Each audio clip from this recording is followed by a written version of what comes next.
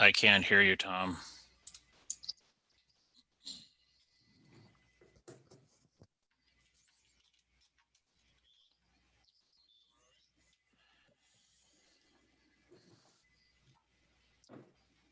can't hear you, Tom. Do you want me to remote into his computer? You might have to, yes. Okay.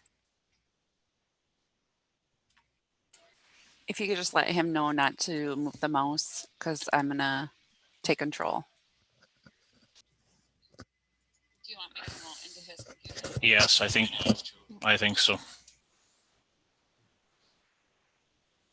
If you could just let him know not to move the mouse. Tom, don't move your mouse. Krista's gonna log in. Yes, I think. Tom, while you're waiting, can you hear me? I can hear you, Dan. Okay, I couldn't get my laptop to launch Zoom, so I'm on the computer without camera. And by the way, Tom, Tom Quinn's name is listed as Diane Morehouse. I am. Hey. Okay, he is good to go now. He was just muted. Way, Tom Quinn's name is listed as Diane Morehouse. Hey. Okay, he is good to go now. He is just muted. Okay. Tom, do you have your sound on your YouTube page? My sound? Yeah, the video sound, is that turned on? I don't know, but there's a huge delay going on. Do you have your sound on your YouTube page?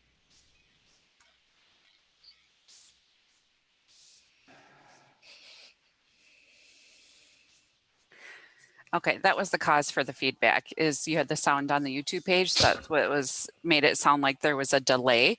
Yeah. So everything is good now. Okay. Okay. I guess I'm being heard now, right? Excuse me. So this is the a call to order the May 26th meeting of the Planning, Resource and Development Committee. If Diane is on, could you do the roll, Diane? Or yeah, Diane Durst. Yes. Supervisor Quinn. Present. Supervisor Bjork. Here. Supervisor Morehouse. Here. Supervisor Anderson. Here. Supervisor Kinnear. Here. Okay. We're all here. Let's go through the agenda then. Approval of the minutes from May 12th meeting.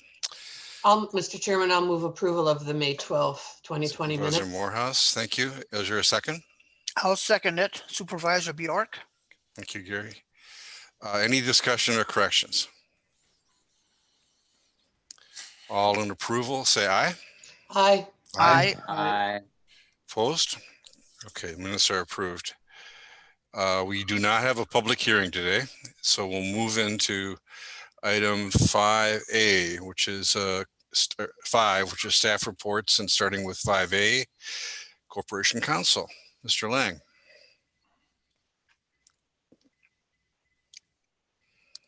Update on ordinance projects.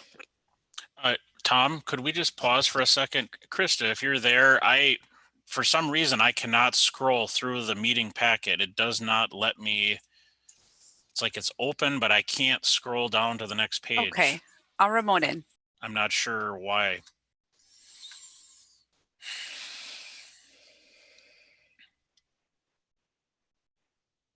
It's locked on the first page.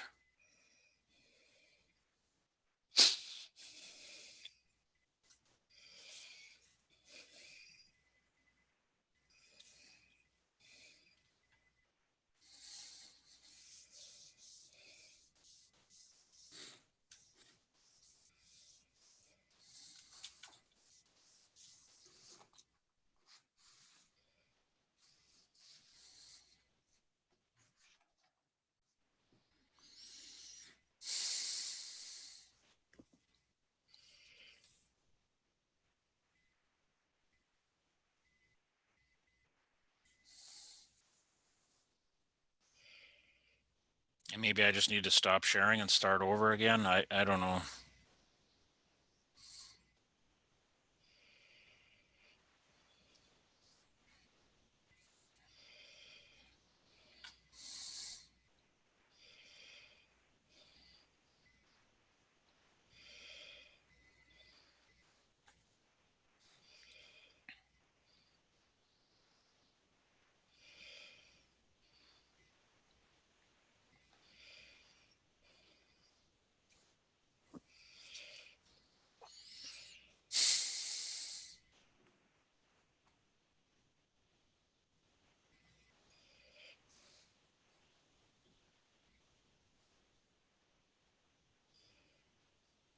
Hey, Tom, it looks like you're looking at just the YouTube screen.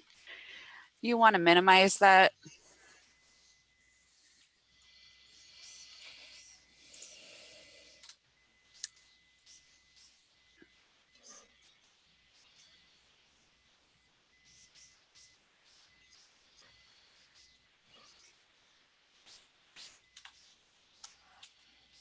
We're just going to close that out. There. Okay, that's better. Okay, we're back in business. Okay. Is Mr. Lang on?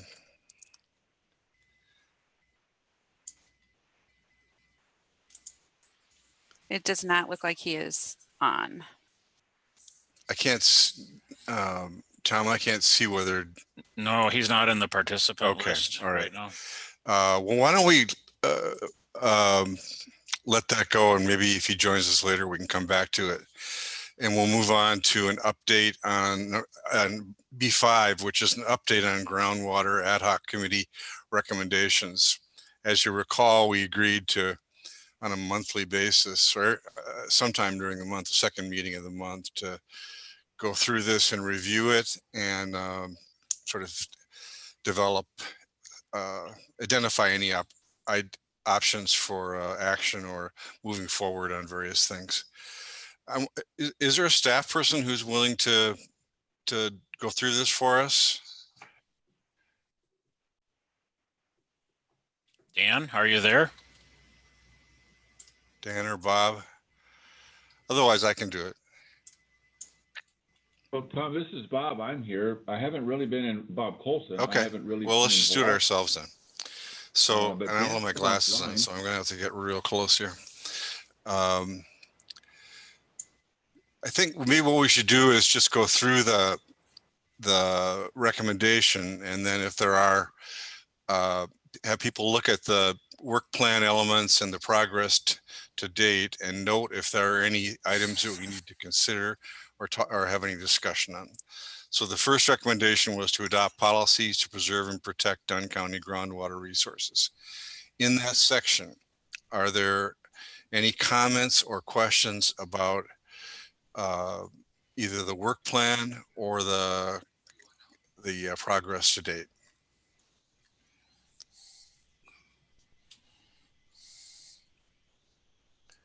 Okay, the second section is support and encourage land use best management practices throughout Dunn County. Is there discussion or consideration of any of the items in either the work plan or progress to date? Mr. Chairman, may I? Okay. The third section is adopt and maintain the most current mapping technologies to provide easily accessible Dunn County land use information. In the work plan and progress to date, we had made significant progress on this one already, so probably update is not too important. Any questions, comments? The next one, incorporate the protection of water resources into the comprehensive land use plan, as well as other long-term Dunn County plans. Tom Carlson? Yes. I think Tom Quinn might not be hearing. Is he hearing? Any questions or comments? He must not be hearing. Tom? Yeah. Mike Kinnear is trying to speak. Are you hearing him? I'm not hearing anybody, sorry. nor am I seeing any indication of somebody putting their hand up. Okay, Tom I got you, Mike. I'll Carlson, I'll I'm look gonna closer. remote into his computer real quick. Supervisor Okay. Kinnear Hold on. has a comment, which I can't I hear. don't know if you can hear me, Chairman Quinn. I just was wondering, I know we've made significant progress. I'm just wondering exactly where we're at as far as making some of this ready for the public. I know we've been able to look at one that was just for us, I think, but anybody know when it's going to be ready for the public? Mike, at one what?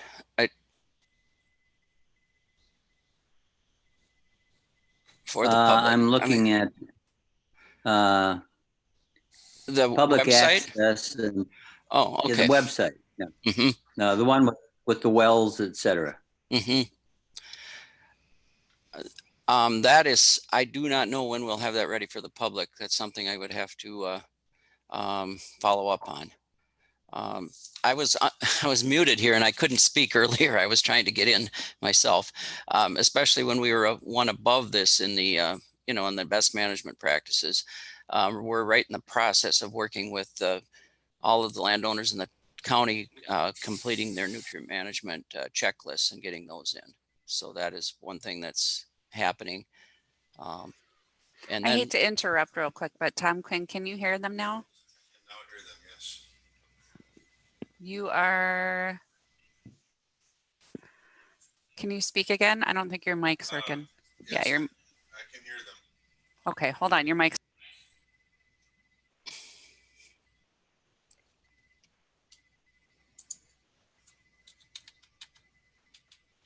Test, test, test. Test.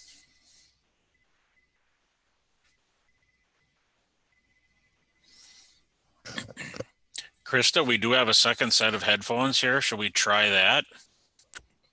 Have him speak now. Can you Try speak? speaking again, Tom. Test, test, test. All right, check the little round button on your headset. If it's flashing, it means that it's muted. Tom, check Oh, the. got it. That better? Yes. Sorry. Okay. I think the problem has been corrected and I am in order.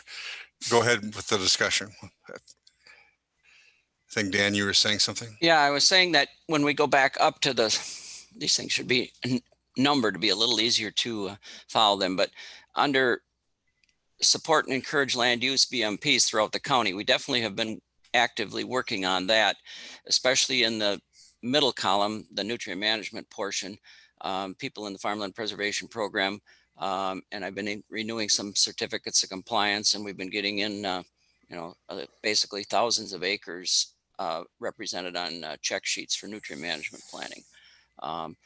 And we're in the process of trying to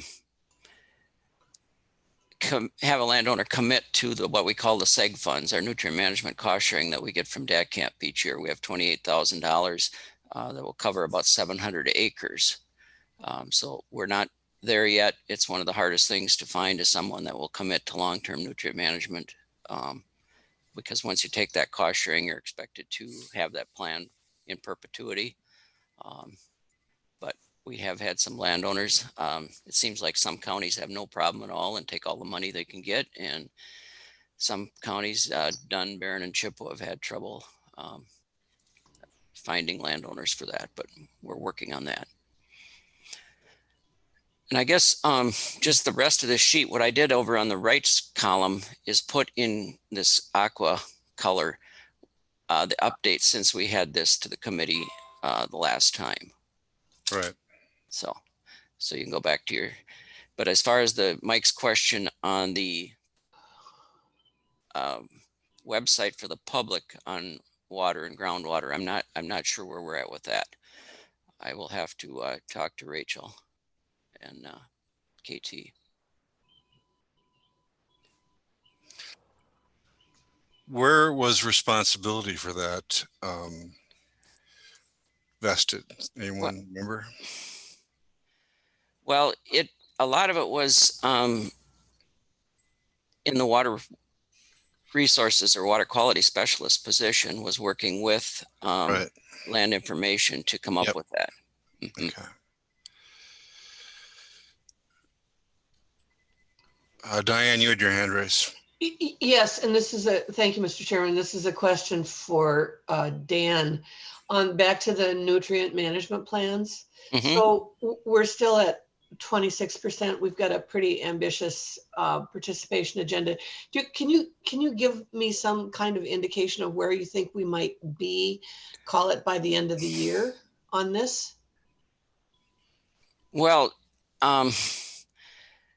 that is going to move slow. One thing that's really helped us here is in the EQIP program, and I believe Dunn County is the only state, or the only county in the state, or maybe Dunn, Barron, our work group area, where they were not eligible for any of the cover crops unless they did no-till and nutrient management. So I think that is what's going to give us the biggest next kind of uptick in that, but it's going to take 1 to 2 years to get those plans developed and begin to implement them.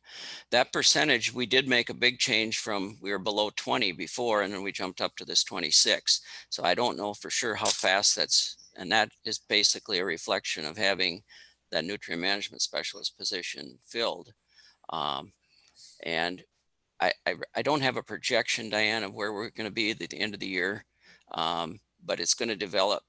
A lot of it will depend on those plans that are being developed through the EQIP program and whether those landowners choose to share.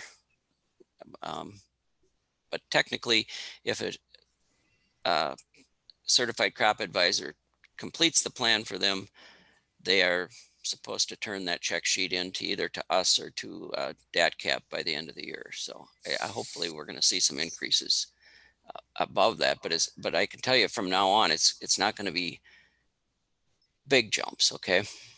Because it takes a lot of acres to move a percentage.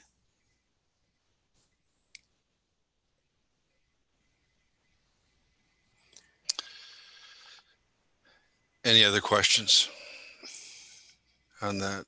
So we're dealing with the support and encourage land best management practices right now. Yes. Okay. I apologize for not being able to hear people before if they requested to talk.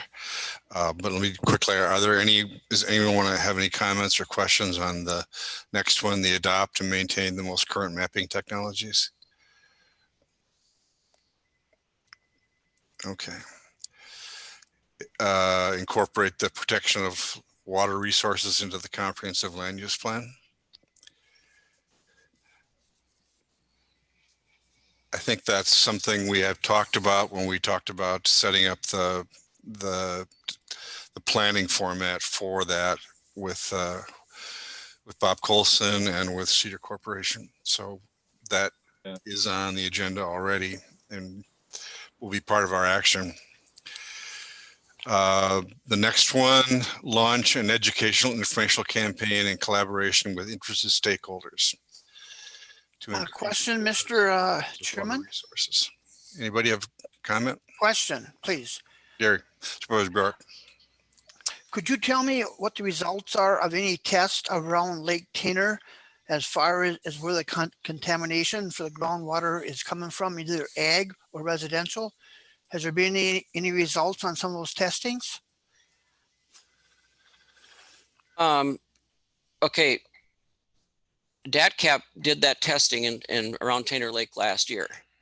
And that, Gary, is the next item on our agenda. Yeah, why don't we wait till we get down there? We'll have a more in-depth discussion of that with the actual results kind of on the table. Okay, thank you. Mr. Chair. Yes. Mr. Chair, Supervisor, can you hear? Yes. I did have a question on one we went by here. Let me, yes, would this be the appropriate time? I know you attended or listened to the Wisconsin wetland presentation.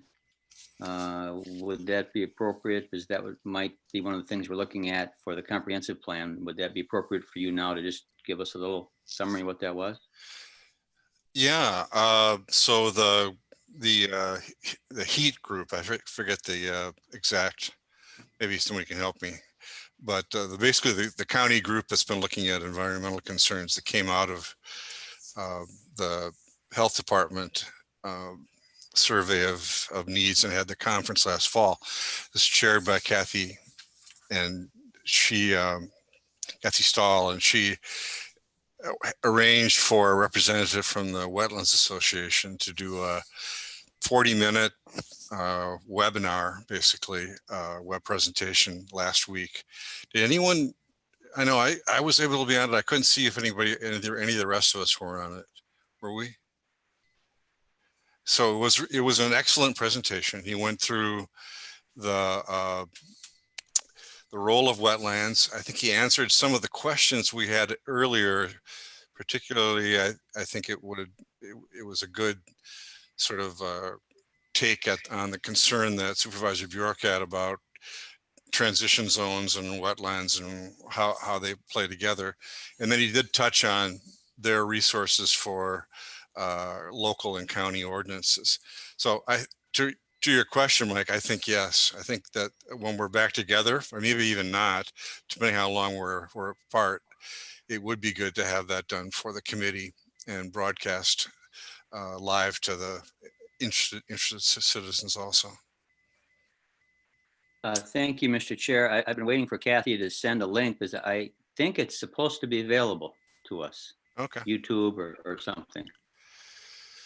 It was very good. I recommend it.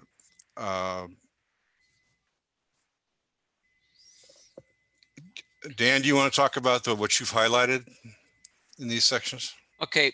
Yeah, in the next section here on our information and education, there's been a few things going on. Some of this goes back to January, where Travis took the groundwater model to the community conversation. That's a group that meets, I believe, once a month at the library. There was about 30 people there, and we got some very good, I got some very good feedback from Steve Hogseth following that about the conversation and the enthusiasm. And then we have the presentation, Tom, that you gave to the county board legislative session on groundwater, including the report maps. Okay, yeah, that was on the 24th of January. On the 25th of February, then a little further down, I went to the Farm Bureau and talked to them about the groundwater protection and the ag performance standards being incorporated into the manure storage ordinance. And then the next three items there are just some practices that we have been putting in as part of our DATCAP and county cost sharing program. This year, we've idled one manure storage, abandoned 2 wells, one in the town of Tainer, one in the town of O'Galley. And then the next item there is that DATCAP targeting sampling summary report that's included in as the next agenda item. So those are some of the things. What's really missing on here is KT needs to have to get back to her. We had a lot of things happen since December in the village of Ridgeland with the radon, and none of that has been put on here on this sheet as far as progress and community education on groundwater.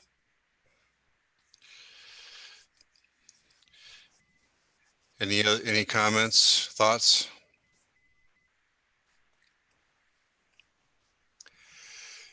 It just I think the goal here was to try and develop a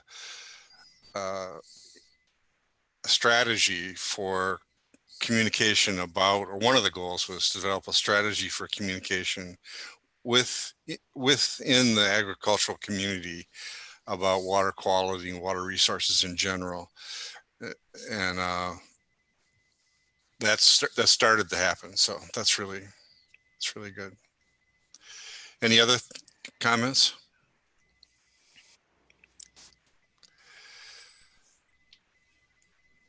Then let's go on to the next one. Increase the amount of monitoring of private wells and septic systems in Dunn County, including the implementation of a well testing program.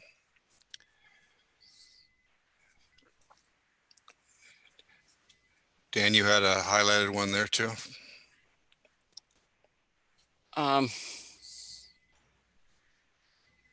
Yes, there, you know, back in February,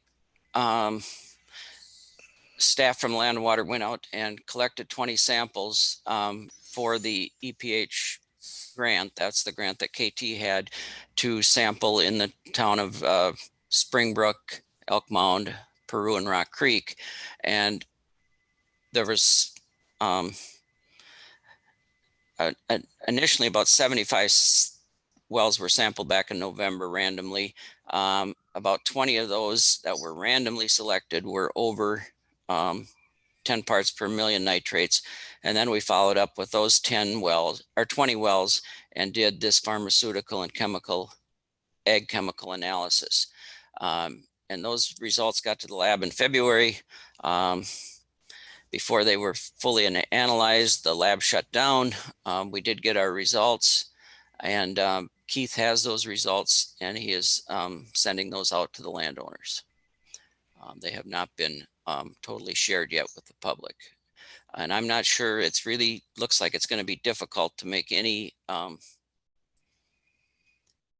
conclusions or even any, I think we have to kind of look at them as a group. We had some with ag chemicals, but there wasn't anything striking on any of them that we found, just maybe one or two. But that's data that needs to be analyzed yet before we put it in a report or for sure what we're going to do with it.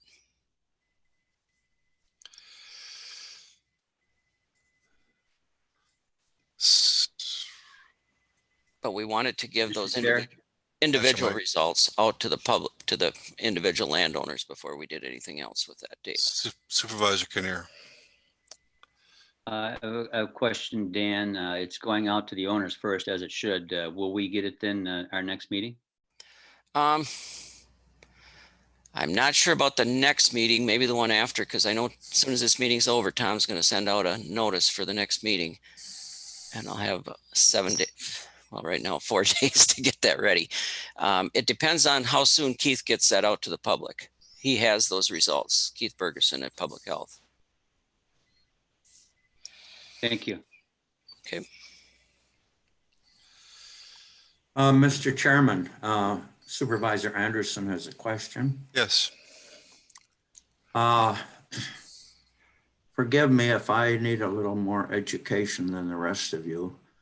Launch a volunteer well testing program. My question is, I have a private well because I live right on the edge of the city of Menominee, and I test my well every year, but I never turn in the results. Now, as long as it's under the 10 parts per million of nitrates, I'm not concerned. Here's my question. I wonder how many people are voluntary testing or welding well and don't turn them in like I do. Should I be turning in my results to you? And is that something that's being done and we don't know the results? Yeah, that's a excellent question, and that was a topic of the discussion in the task force. And this is what this refers to, that we as a county need to find a way to have, because we can only have sporadic opportunities and access to resources for official testing. Find a way, if we can, to incorporate voluntary individual testing like you do, so that so a citizen like you could do a test in a sort of uniform way, and then somehow have that tracked within our database. That's going to take a little while, but that's one of the goals, to have that happen. Thank you. Anybody else? Well, could I follow up on that? Sure. Tom? Is mostly the concern and the testing for nitrates, or are we looking at other maybe pesticides or other in our well water that we're concerned about, or is it mostly nitrates? Nitrates.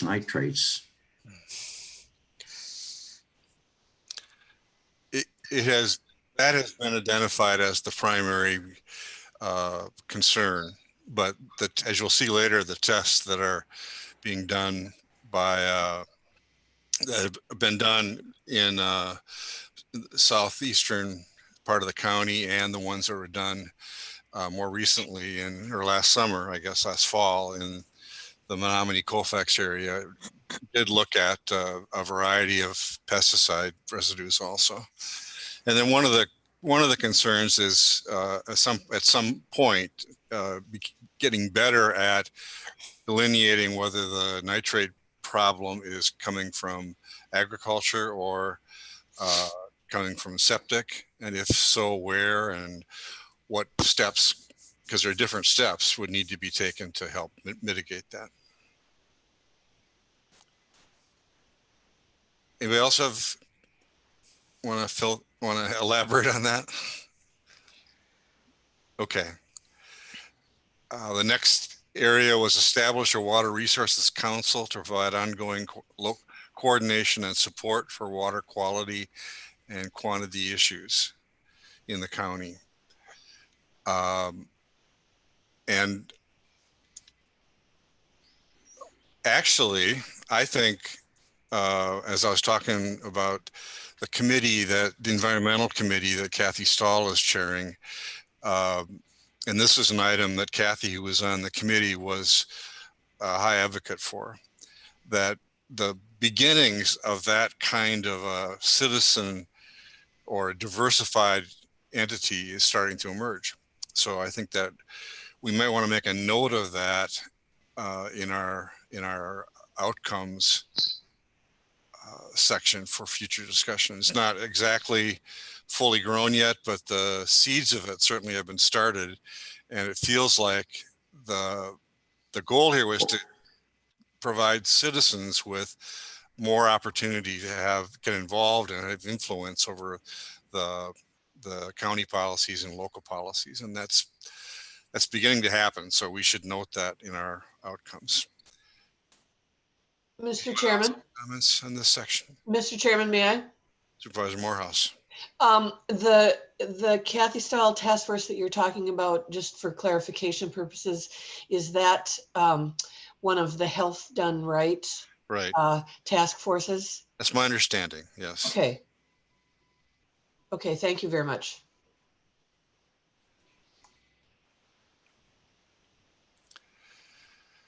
And if Kathy was here, we could ask her, but we'll have to ask her later. Provide citizens, and next one, any more comments on that section? Provide citizens and staff with an easily accessible online resource for accessing information, resources, and data about water resources. This is the web page question. And as Dan pointed out earlier, the leadership on this was to the water quality specialists, which I guess, Dan, if you could maybe provide us with an update on kind of what's happening there or not happening. What's the status of that? Sure.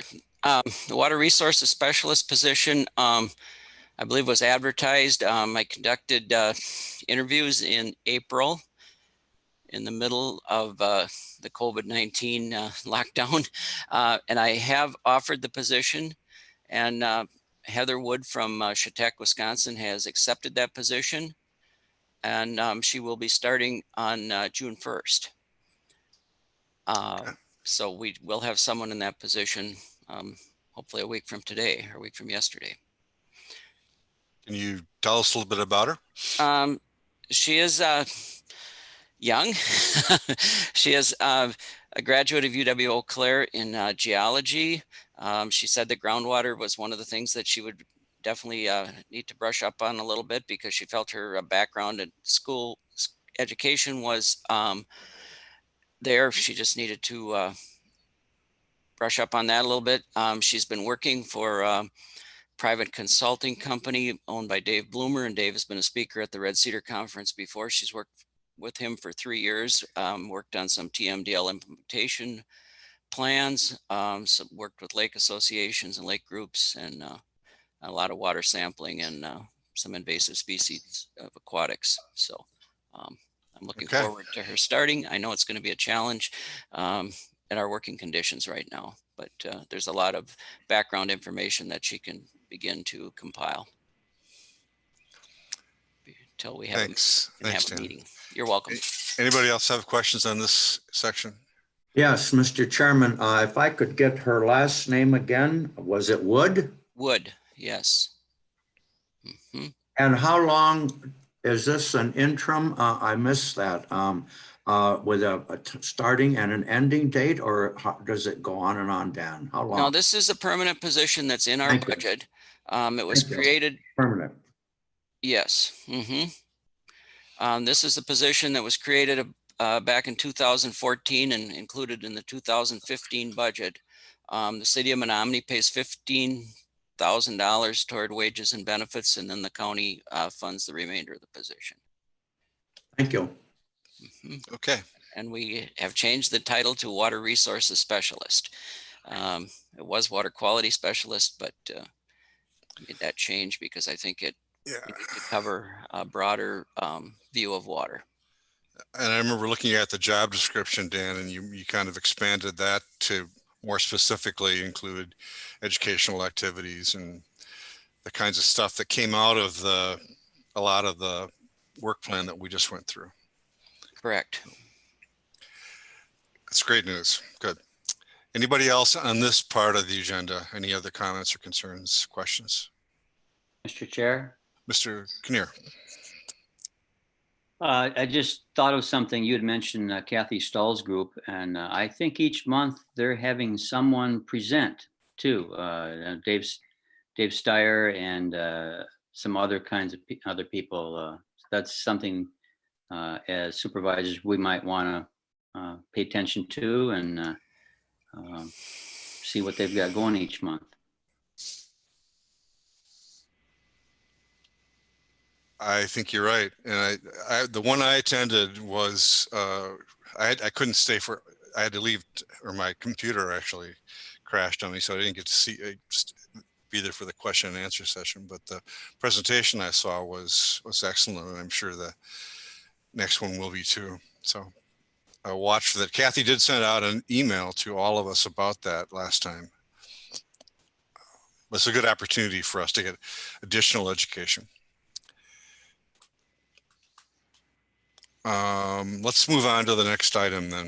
Mr. Chair, if I may, I believe Corp Counsel is with us now. If you wanted to go back to item 5A. Sure. Okay, let's do that. Go back to 5A. Update on ordinance projects. Mr. Lang.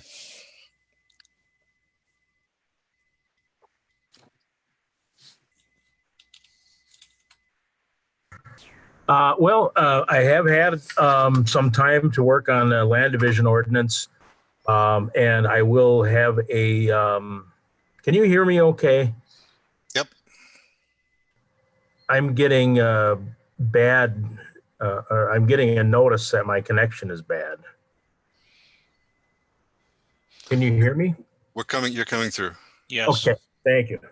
I will have a draft. I think what I called it in an email to Tom was a solid draft for you to start looking at your next meeting. Everything else is still after that.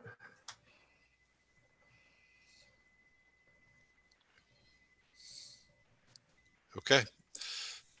Any questions?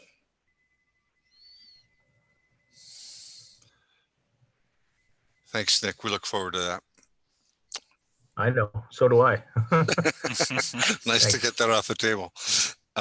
Okay, let's move on to the next item, which is, you have any other reports? Is that's that's the only ordinance you, Yeah, that's the one that's nearest completion. I still have the manure management or agricultural nutrition management. I can't remember what we're going to land on for a name. I'm already starting work on our human health hazard ordinance to stretch a better fit over pandemic situations. Also have, well, I've got several large ordinance projects and I think I'm going to get them all in sometime this year, but land division ordinance is the one I think that you're most interested in, and that's the one that's next up. thanks. Let's go on to 5C, DATCAP targeted sampling summary report. Mr. Prestibach.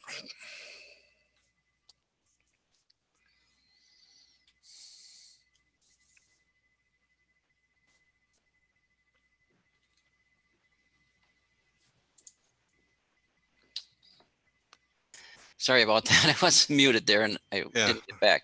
Okay. I just wanted to know that this report had been completed and we received a copy of it. So I put it in here as a report. I know that there's a lot of information in here. You got to remember, they do this in several parts of the state and they continually do this every year that they have funding for it.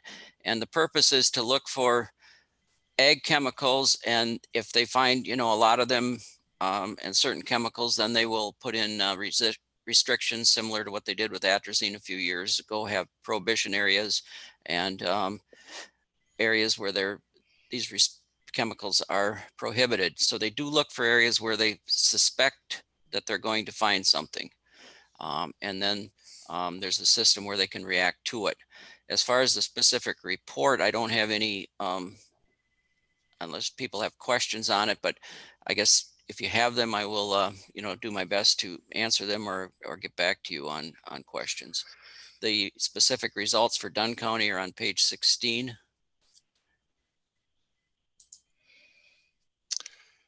Does anyone have any thoughts or questions they'd like to, at this point in time? We'll be looking at this again, I'm sure, but A question, Mr. Chairman? yes. Was this strictly for ag chemicals, or is it also for like residential pharmaceuticals, caffeine, and that kind of stuff? This particular study was, they tested for nitrates, but then the only other parameters they looked at were the ag chemicals. And we've had this done for 2 years, and Stanley Singer at DATCAP is offered to come up here now and talk to us, more specifically about the background in this program and why they're doing what they do. But this is not to compare one against the other. The purpose of this is to look at, and I think it's pretty well, if you look at page 1, they've got the purpose of the sampling. And Tom, I can't see your screen right now, so I don't know what document you have open. We don't have, nothing's open. We're just looking at your note. Oh, can you open up the document, Tom? Sure.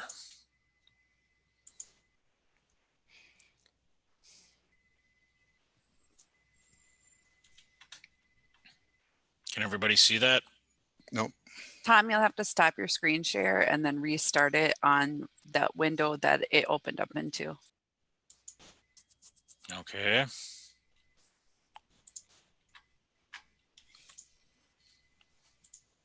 Okay, now can you see it?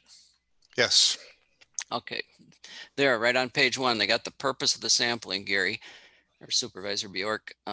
It's definitely geared only toward the ag chemicals. And they definitely try to target the last paragraph and last sentence in paragraph 2 there. The agency utilizes a target approach to select drinking water wells that are at risk of being impacted by ag chemicals. Do we have any kind of like future program to look into the residential effect on groundwater?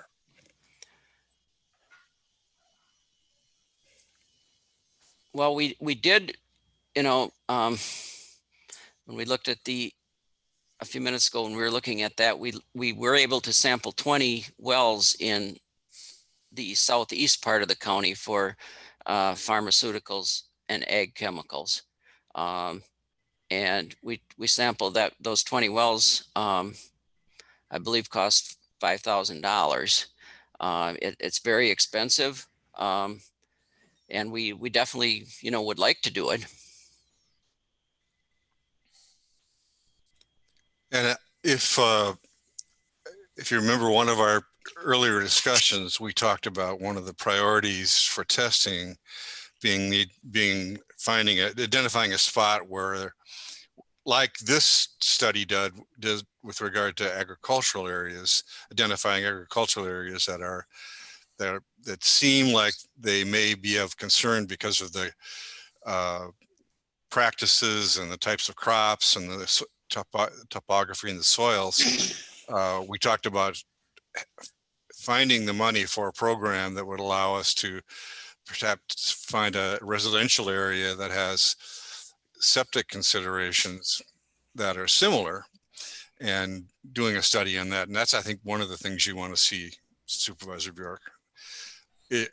Hopefully we were hoping that for example, that the legislature, the Senate would have followed through on the testing grant that had been in the assembly budget. That didn't happen. So that money does not appear to be available, and we need to find another source for it. Thank you. So Dan, how do you think it makes sense to have the person you were talking about come up and talk to us at some point in time, or what do you think? I definitely think it would be good to have him come up. If we can get him, or we could maybe get him in a presentation at a meeting like this for 15 or 20 minutes. I don't know for sure what his, how long it will be before people are allowed to, travel around and have meetings. We need to look at, I guess, short term and long term. Right now, maybe in the short term, a meeting where he could explain things over a meeting like this might be our best. I can sure check with him on that, Tom. And yeah, see. Why don't you check that out, just so we have some way to, it's a lot of data in there, and a lot of there is using. Okay.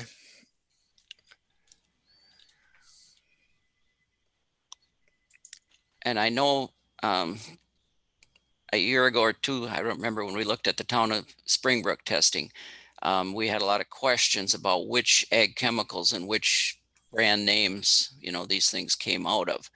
And that still is, it's a lot of chemical names and, analysis that don't mean a lot without some further looking into them, basically. Yeah. Because if you scroll down to page 15 is where Dunn County's information is. We had 17 wells tested. And yep. The nitrates, even on those over in the right-hand column, range from 30 down to 0. So, I mean, some of those wells were definitely had a lot of nitrogen in them, nitrates also.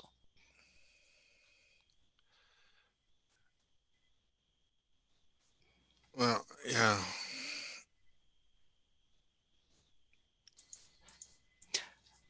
Well, I can contact Stanley and see what his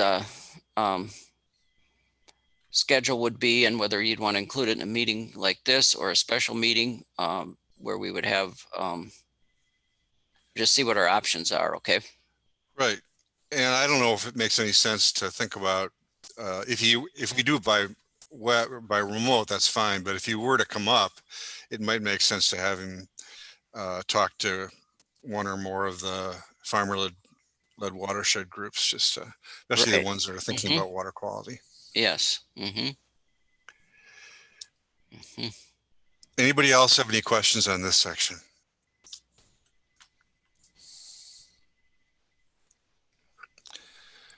Okay, then we'll move on. I guess one other thing, I just make one comment. I noticed when they do theirs, they always go back to the, a well that's had a well construction report. And that's one thing we did not do in our Yeah, Southeast Wisconsin study. And some of the wells we know had well construction reports and unique well numbers, and some didn't. But this study, they only will test wells that have that number, so they know when the well was put in, how deep it is, and what section it's in, basically, or what quarter section. good point. Okay. Unless there are further questions, we'll move on to consideration of number 7, consideration of actions. 7A is consideration of solid waste and recycling request for referendum. Morgan, you want to lead us through this a little bit? Sure. Can you hear me? A little bit light. A little bit light. How about now? Better? I'll speak That's up. better. Okay. So on May 12th of this year, the Solid Waste Recycling Management Board voted unanimously to approve a request for referendum in the amount of $1 million annually with a 5-year limitation, and that's for capital improvements for our operations. The main capital improvements that we're talking about, obviously there's a lot of discussion about our aging infrastructure and the need for a new transfer station. So we're looking into that. There's also a discussion that we're going to have on the possibility of converting our existing transfer station over to a single stream recycling model, which would make things a lot easier for Dunn County residents and Dunn County haulers who serve as curbside accounts. Right now, most of the recycling being picked up in the county is being sent out of county because it has to go to a material recovery facility, and we only accept source separated material, and that's really a dying model. So there would be some equipment needed in order to be able to convert to single stream, and that would involve a specialized loading dock and a specialized compactor at the transfer station, and I'm looking into the costs of that now, just so we have that as in our tool set as we have these discussions.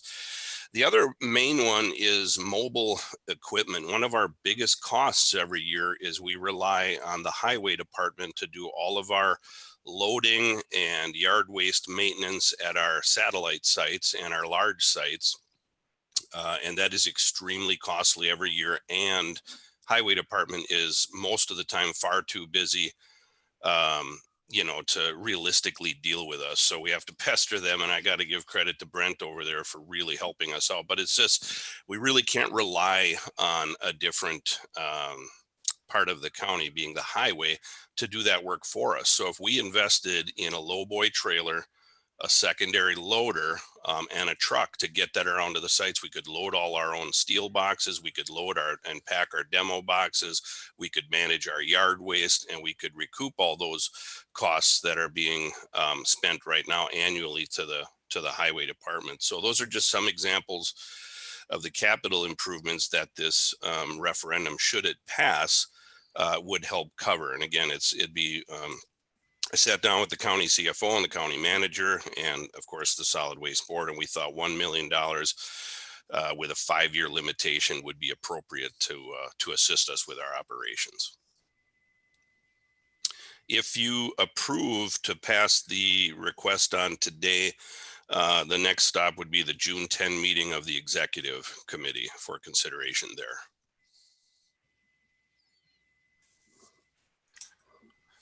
Supervisor Bjork, you're chair of the committee. Do you have any?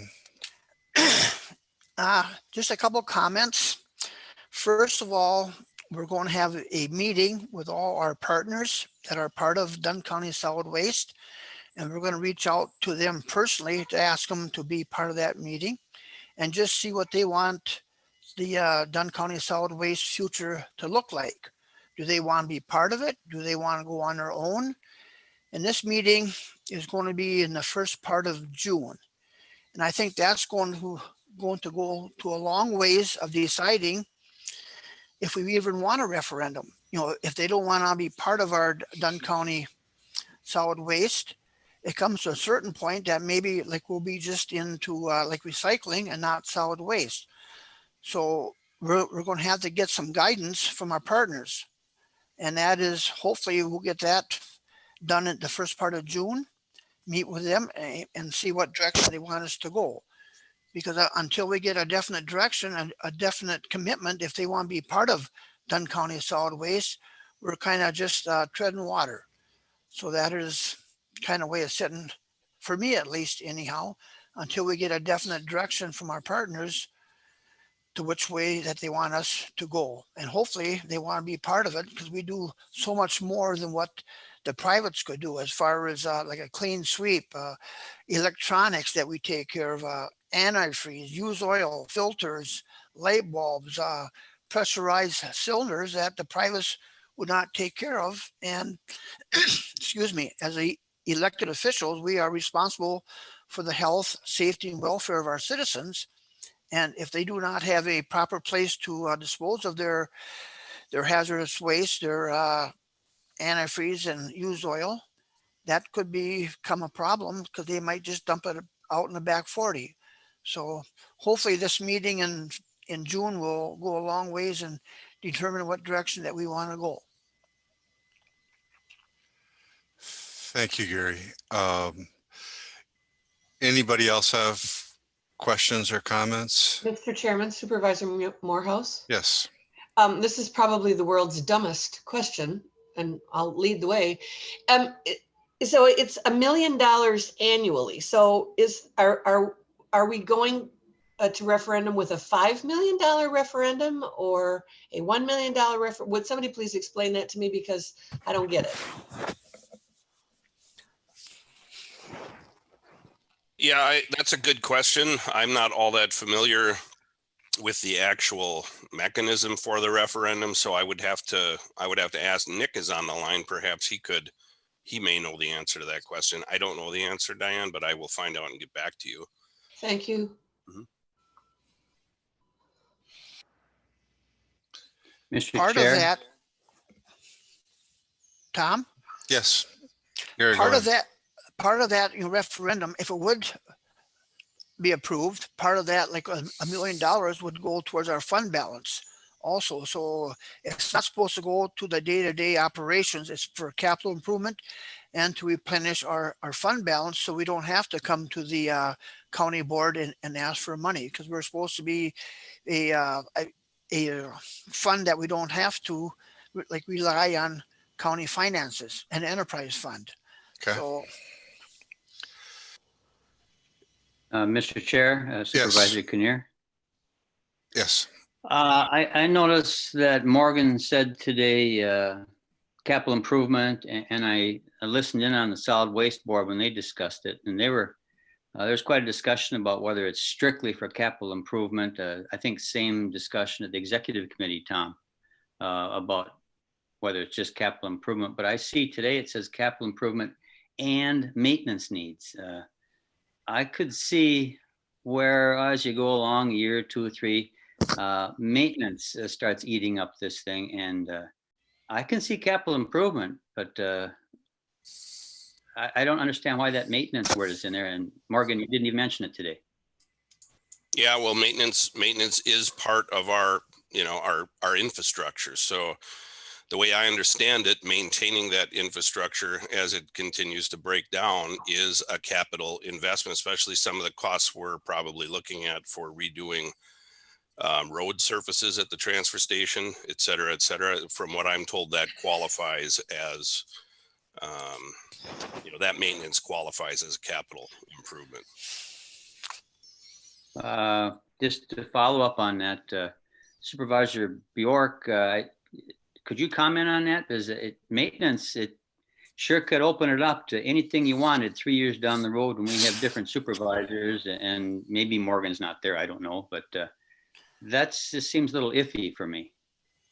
I agree. And I think also there's been a lot of discussion that part of that $1 million would go towards a new a new building. So we wouldn't have to borrow that $10,000, $11,000 if we do go in that direction. Part of that, $1 million every year would go towards the capital improvement of a new building. So it's, and I agree, we have to raise our prices per capita to be self-sufficient. But that's why this meeting in June with all our partners is so important, because we have to have some kind of commitment of how we want to go forward. And that'll make a big decision of what direction we go. If we have our partners all there, or if some of them drop out, it comes to a certain point, if you don't have enough citizens to support it, maybe you just let it go back to the private people, because we cannot be a drag on Dunn County's like finances. We have to go on our own, and that's going to take some time to figure out. And that's why that fund balance adjustment for this year was so important, because it gave us time for the solid waste board to actually decide what direction we want to go. Did that help at all, Michael? Probably not, but it was mostly. You did a good job explaining, especially about the fund balance and maybe setting aside for a new facility. But putting maintenance in there just opens it up to, it looks like a black hole to me, because it could be if we had the referendum, it could be just used for anything. And I don't see that as an option. Yeah, I mean, I think the concerns that Supervisor Kinnear raises about operations, maintenance, generally, I would think it can be considered an operational expense and should be included in whatever the cost of operation are. So if we're not doing that, we need to have pretty good reasons for. Tom? Yeah. Tom? Bartlett. Yes. Okay. I think part of the maintenance that we're talking about is like when we've had to replace the floor in the building. It isn't just regular small maintenance stuff. It's big maintenance stuff. And that's part of what's eating up the budget right now. Is the building is so old that the maintenance costs are eating up, and this referendum would help keep the per capita fee down throughout the county so that municipalities could stay in. It's also going to let us know if the residents of Dunn County want Dunn County to stay in the solid waste and recycling business. If we just listen to the town boards, they want to go the cheapest route, of course, that there is, but they're not considering all the other environmental issues that come to point. I checked into with our township, and we could put a dumpster for solid waste and a dumpster for recycling at our town hall reasonably cheap, probably close to what we are getting charged now for a per capita fee. But the thing is, there's all sorts of things that Dunn County is recycling that the privates don't. And if Dunn County isn't here taking those recyclables, which they are now in the county, no matter whether you're in the program or not, Dunn County is accepting these other items for recycling, that all of a sudden there's no place to go with them. And if a citizen has to drive to Eau Claire, the cities, to get rid of certain recyclable items, they're not going to do that, and they're going to end up their own dumps, their own in the ditches, whatever. So I think there's more to think about than just the money and the referendum. And Gary is right. We're going to go out to the townships, but we have to do the referendum now. We have to be ready so it comes to county board if we are going to do it, so that we can get it on the November election. Mr. Chair, thank you, Supervisor Bartlett. And I don't question any of that. I think that's all really important. I just have the idea, you just had to describe what maintenance means, the big maintenance, I think you said, or something like it. Well, we have just maintenance here. It's, you know, I fully support this for capital improvement. And I think we should say that. Just things just happen down the road, and money just gets leaked out for things that really aren't big maintenance. So that's my only point. Everything else, I think we have a fantastic solid waste recycling program. And I can support this for capital improvement. And I'm finally done. Anyone else?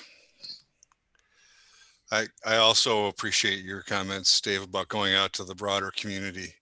I think that's critically important, and we have to find a way to do that in a thoughtful way. Okay. This is requires action for us to forward this to the executive committee. Would anyone like to make a motion to do that?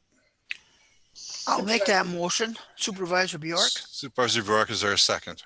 Supervisor Morehouse will second. Supervisor Morehouse, okay. Any further discussion? All in favor, say aye. Aye. Aye. Opposed? Motion carries. Carried. So the next item was back to Mr. Lang, offer to purchase tax foreclosure property. And I see, Chairman, Yep. that he has left the meeting. Yes. I did receive a message from him just now, actually. It says I must have disconnected. I'm having trouble getting back in. So perhaps in a few minutes, things will be better. Okay, we'll move on then to the number 8, a resolution authorizing Land and Water Conservation Division to administer a Knowles Nelson Stewardship Grant on behalf of the Landmark Conservancy for the purpose of building a stairway in the Devil's Punch Bowl Nature Preserve. Tom's got the schematics up on the screen. Dan, you want to talk about this? Sure, I can give you a little background on this. The Landmark Conservancy owns Devil's Punch Bowl, and they have it open as a nature preserve for the public to use. But as an agency, they are not eligible for these Knowles Nelson stewardship funds from DNR, but the property is eligible. I think that's the easiest way to look at it. The property is eligible for Knowles Nelson, but Landmark Conservancy as an agency is not eligible. So they came to me and asked if the county would be the grant sponsor or administer a grant for them. And they have agreed basically to go ahead, and they've hired Cedar Corp to put the drawings together, the engineering work, and they've come up with this kind of a series of pictures here to see what it's conceptually going to look like. They expect it to cost about $60,000, and they would receive 30% of or 50% of that from the Knowles Nelson program. And because if you approve this and the county board approves it, we would be the sponsor, which means we would have to collect the $30,000 of match money from the land trust. They would donate that to us. We would have to pay the bill, and I assume that they're expecting to put this on bids and have one contractor do the bidding. And then when it's completed, we would pay the contractor and then we would get the other 50% reimbursement back from DNR. So I am not particularly concerned because I think that the land trust is pretty experienced with these type of grants. They know how they work. It's just that they're not eligible as an agency. So I'm not too, I think it'll work out fine, but that's the decision to whether to go ahead would be with this needs to go to the committee first and then to the full county board to have this resolution approved. So it's. Okay, thanks, Dan. Any questions? Mr. Chairman, if I could make a comment. Mr. Anderson. Thank you. I've been out there many times. It's a beautiful facility. I think there's a stairway there right now, and then as I recall, there's another one up a little further above where you can go down halfway and observe, looking down into the Devil's Punch Bowl. This one takes you all the way to the bottom. So we're talking about what it is right now, as I recall. I've never gone all the way down. I've gone halfway down and stood up there and watched below. What's the longevity if you build something like this? I'm sure it would be treated lumber and everything. So are we talking about a life of this stairway of 25 years? Just curious. And what might we expect? Anything done at the other site up above, or would that stay the way it is? Observation site, the other one. This one takes you all the way to the bottom, which is great. And if you haven't done that, wow, it's awesome. You have thoughts on that, Dan? I wish Rick could be on this call with us, but he isn't, unfortunately. He may be watching. But I don't know what the land trust plan is for the second stairway, Jim, or the observation. I assume that this is the greatest need right now to replace and the existing stairway needs to be replaced. So I assume that's their greatest need, and they have made this request and want to get this one taken care of. And I guess the lifespan, I believe the grant, it has to be in place for 10 years, but it's that annual maintenance or that annual taking care of it that's going to make, I believe this stairway will last a lot longer than that with proper maintenance, which may include staining it and repairing any damaged boards as they would come up from one year to the next. A comment, Mr. Chairman? Yeah, Gary. I know on solid waste that we collect a lot of these film, the plastic film, and that goes into making like deck boards that are made of plastic, which kind of lasts forever. I wonder if that would be a good idea, because then we're not so much worried about the lumber deteriorating in the near future. I believe, I'm not sure what, I know that Cedar Corp Engineering is doing the design for this. And that design is going to have to meet, a standard that they're going to put their stamp on, whether it's treated lumber or reconstituted plastic or what it is. It's going to have to meet a standard. And I'm not sure what that final design is going to call for, Gary. Okay, but thank you. It sure could be something that would last forever or for a long time.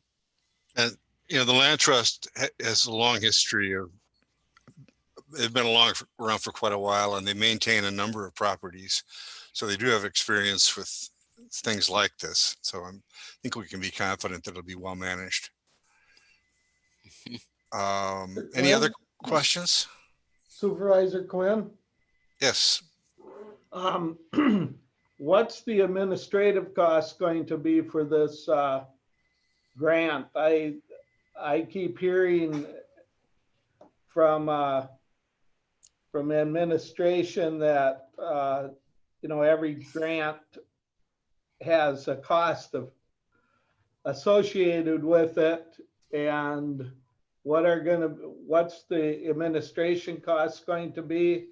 And are they going to be reimbursed?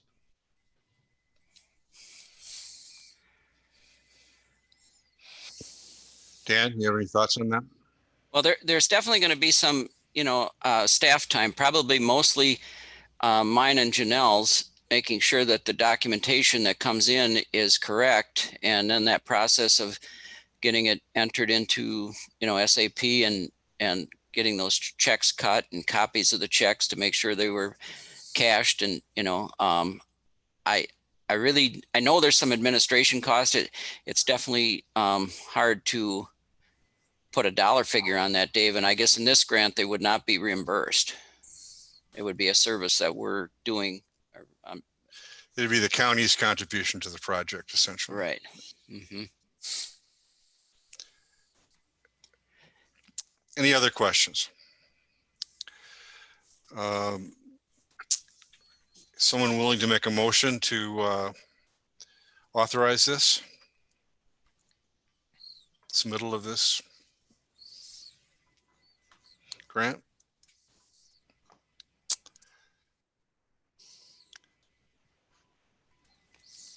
This, then I'll make the motion as chair that we authorize the submittal to the Knowles Nelson Stewardship Fund for the purpose of matching funds for this stairway construction. Is there a second? Supervisor Kinnear, second it. Supervisor Kinnear seconds. Any further discussion? All in favor, say aye. Aye. Opposed? Okay. That's the formal agenda. Are there any announcements? Chair Quinn, Mr. Quinn. Yes. Corp Counsel is back with us, I believe. Okay, let's do that then. Yeah, I'm sorry. The computer system disconnected me, and then I really had a heck of a time getting back in. I had to run another Cat5 cable from my telephone over to my laptop. Good job. Yeah, I don't have video capabilities on my main computer. So this is we received a bid on a small little sliver of property. It's less than 1/4 of an acre. It's in the town of Sherman, south of Highway J. The minimum bid set by the committee was $50. The bid amount is $56. The bidder's name is Hannelore Inman. She is somebody who lives in California. And my impression, and I called her up right away and I said, do you understand that this is not a property you'll be able to build on? In fact, I think a fair amount of it probably lies within the right of way. And she's well aware of that. She's someone who leverages the value of real estate holdings for financing and collateral and so forth. And so she called it land banking. So that's her intended purpose. And I told her that I would get her bid to you at this meeting. I also admonished her that she needs to make sure she pays the real estate taxes on it, or I'll be taking it from her and selling it to someone else again. And she said, "Oh, I will.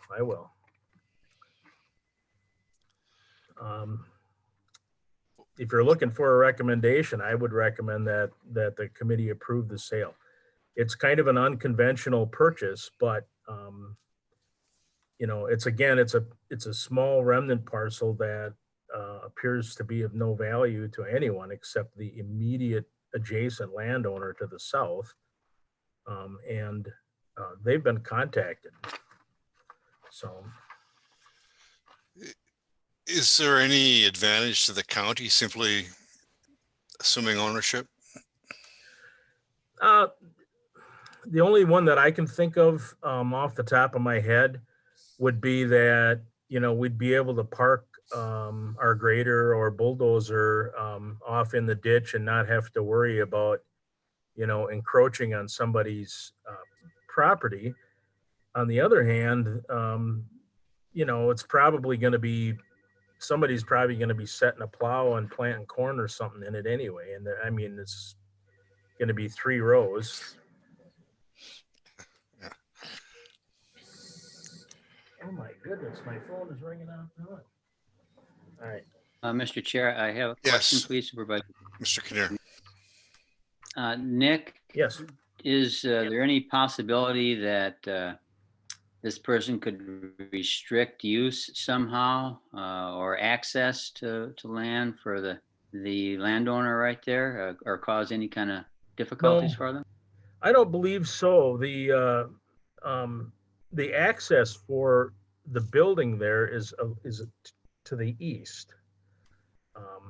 And if it is, I mean, I guess I think it's to the east. I don't know what they could do. I mean, it'd be the same capabilities that any other landowner has to, prohibit someone from going through their property.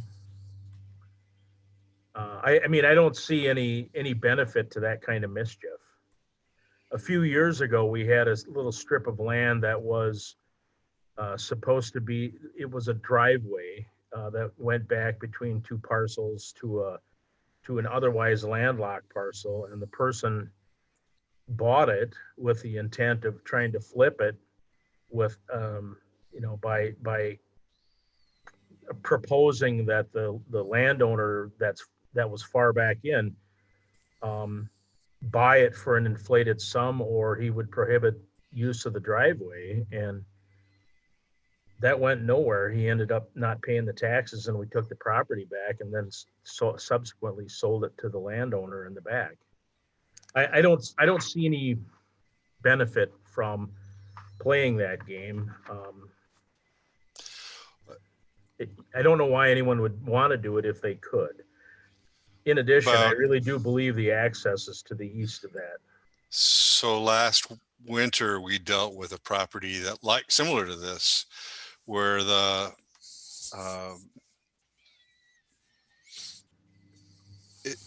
didn't really impact the adjoining landowner, but it certainly could have been somewhat problematic to have that small parcel not connected to the larger parcel nearby, adjoining to it. Have we contacted, in that case, we contacted the landowner and informed them that this property was available, and they chose to make a bid on it. Right. I believe we have contacted this adjoining landowner, and unlike that property that we dealt with last fall, actually had 2 adjoiners that conceivably could make some use of the property, or it was a sensible add-on. This property here, there's only one logical adjoining landowner to approach, and I believe that we sent them a letter.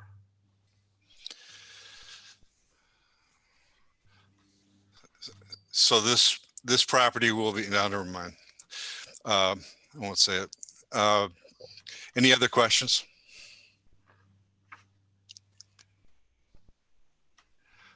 What is the recommendation from council is to accept the offer.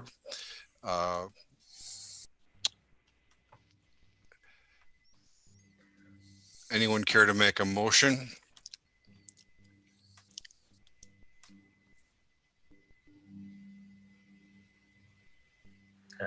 Don't all talk at once. So I don't hear a motion. Maybe call for a motion to deny the bid. Yeah, I don't hear a motion either way, so I'll call for a motion to deny the request. Supervisor Morehouse seconds. Oh.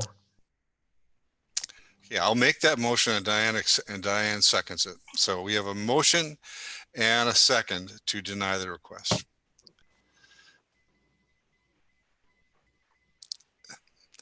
Any further discussion? Mr. Chair, one question. Yep. Are we obligated to take a bid if they meet the minimum? Apparently not. And my other concern is, it just looked like that could be a future problem in the future. You know, but if the present landowner right next to it does not want it, I could see like you selling it and get it on the tax roll. But it just seemed like that just could be a potential irritant in the future. The answer is the county is not absolutely obligated to sell for a bid. It has to be deemed to be, I can't remember the exact verbiage in the statute, but in the county's, in the interest of the county. Best interest. Yeah. And that's a legitimate factor to deny it. I mean, I'm sure that we reached out to this landowner previously, but I could reach out again and just let them know that someone else had submitted a bid. It was denied. And if you're interested, it's still available. I think that'd be a good idea. Yeah, and that's my thought in offering the motion, is that we should make sure we've made an effort to contact that local landowner. That would be the preferred benefit to the county if that were to happen. But we can always revisit this if that doesn't happen. Yeah, it's probably only $2.50 to $3 a year in taxes, which isn't problematic. And I'll let you know what the landowner says if they get back to me. Okay, we need to vote on that motion. So all in favor of the motion to deny, say aye. Aye. Aye. A motion to oppose, or a vote to oppose? No. Okay. All right. Mr. Chair? Yes. A question for the committee, for $2 or $3 in taxes or whatever it is, do we have to actually sell it to the adjoining landowner, or can we just give it to them as the county and get it off our hands? If they're willing to accept it, there is no problem with just quit claiming it.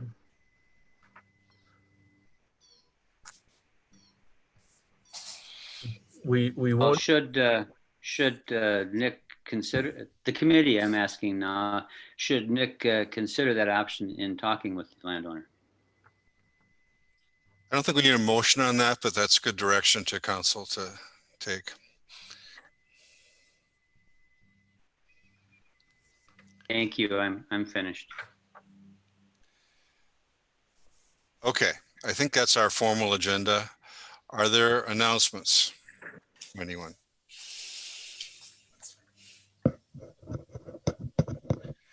Are there future agenda items that we should begin thinking about and considering how to put into play?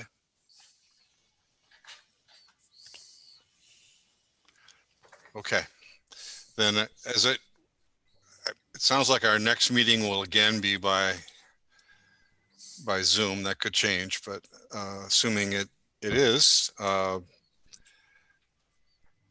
see you all again in a couple weeks. 3 weeks, I guess. Yeah. Take care. Meeting is adjourned. Bye, everybody. Bye. Thank you. Bye, everybody. Bye-bye. Tom, if you want to stop the live stream, just click on the down arrow next to live on YouTube and stop the stream. Lila?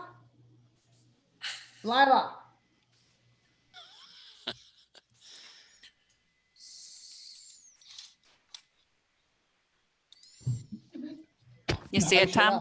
I'm not seeing it. There we are.